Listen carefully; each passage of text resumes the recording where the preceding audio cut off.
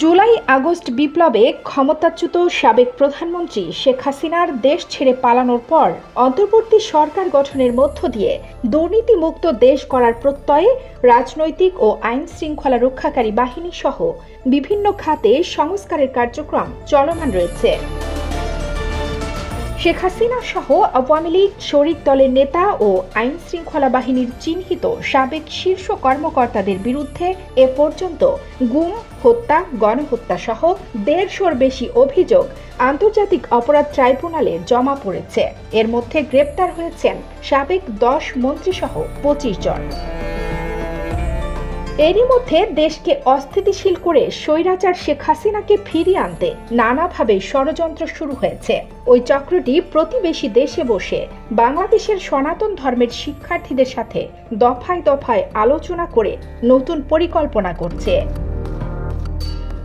তারা ছোট ছোট ঘটনার মধ্য দিয়ে আগামী ২০ জানুয়ারির পর ভয়ঙ্কর নাশকতার পরিকল্পনা নিয়ে পুরো দমে মাঠে নেমে অন্তর্বর্তী সরকারকে বেকায়দায় ফেলতে ধ্বংসাত্মক পরিস্থিতি তৈরি করবে। সম্প্রতি দেশের একাধিক গোয়েন্দা সংস্থার তদন্তে এমন তথ্য উঠে এসেছে। দিল্লিতে যাওয়া শিক্ষার্থীদের বড় একটা অংশ পড়াশোনা করে দিল্লি বিশ্ববিদ্যালয় ও তার অধীনস্থ বিভিন্ন কলেজে। বিশ্বস্ততার জন্য তারা বেছে নিয়েছে দিল্লি বিশ্ববিদ্যালয়কে। দিল্লি বিশ্ববিদ্যালয়ে দুইভাবে বাংলাদেশি শিক্ষার্থীরা পড়তে আসে।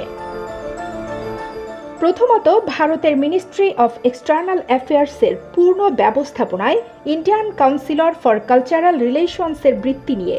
দ্বিতীয়ত, নিজ খরচে ICCR বৃত্তিপ্রাপ্ত। এসব শিক্ষার্থীদের পরিসংখ্যান পর্যালোচনা করে গোয়েন্দারা জানতে পেরেছেন যে এসব শিক্ষার্থীদের বেশিরভাগই হিন্দু, অর্থাৎ সিলেকশন প্রক্রিয়াতেই এ ধরনের পক্ষপাত করা হয়। সার্বিক বিবেচনায় দিল্লিতে এ ধরনের প্রোগ্রাম আয়োজন করা খুব সহজ কাজ হয়।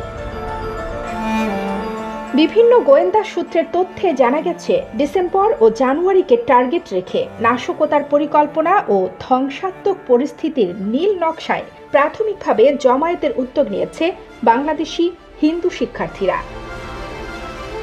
এদিকে শেখ হাসিনার বিদ্বেষমূলক বক্তব্য গণমাধ্যম ও সামাজিক যোগাযোগ মাধ্যমে প্রচারে নিষেধাজ্ঞা দিয়েছেন আন্তর্জাতিক অপরাধ ট্রাইব্যুনাল। একই সাথে শেখ হাসিনা আগে যত বিদ্বেষমূলক বক্তব্য দিয়েছেন তার সব মাধ্যম থেকে সরাতে BTRC-কে নির্দেশ দেন আদালত। সম্প্রতি সামাজিক যোগাযোগ মাধ্যমে অন্তর্বর্তী সরকারকে নিয়ে নানা কটূক্তি করেন ভারতে পালিয়ে যাওয়া শেখ হাসিনা, যা বিভিন্নভাবে ছড়িয়ে পড়ে। এছাড়া নেতা কর্মীদের সাথে ফোনে কথা বলে সেই বক্তব্য আবার নিজেই ছড়িয়ে দিতে বলছেন। সেগুলো সামাজিক যোগাযোগ মাধ্যমে ভাইরালও হয়েছে। এ বিষয়ে জানতে স্বরাষ্ট্র উপদেষ্টা লেফটেন্যান্ট জেনারেল অবসরপ্রাপ্ত জাহাঙ্গীর আলম চৌধুরী নারায়ণগঞ্জে এক অনুষ্ঠানে পশ্চিমবঙ্গের মুখ্যমন্ত্রী মমতা বন্দ্যোপাধ্যায়ের সাম্প্রতিক বক্তব্য নিয়ে সাংবাদিকদের প্রশ্নের জবাবে বলেন, মমতার দেশেই শান্তিরক্ষী বাহিনী প্রয়োজন। তার দেশের সংখ্যালঘুরা অত্যাচারিত হচ্ছে, এজন্যই মনে হয় তিনি তার দেশের জন্য শান্তিরক্ষী বাহিনী চাচ্ছেন। কানিস ফাতেমা, নিপা, খবর সংযোগ।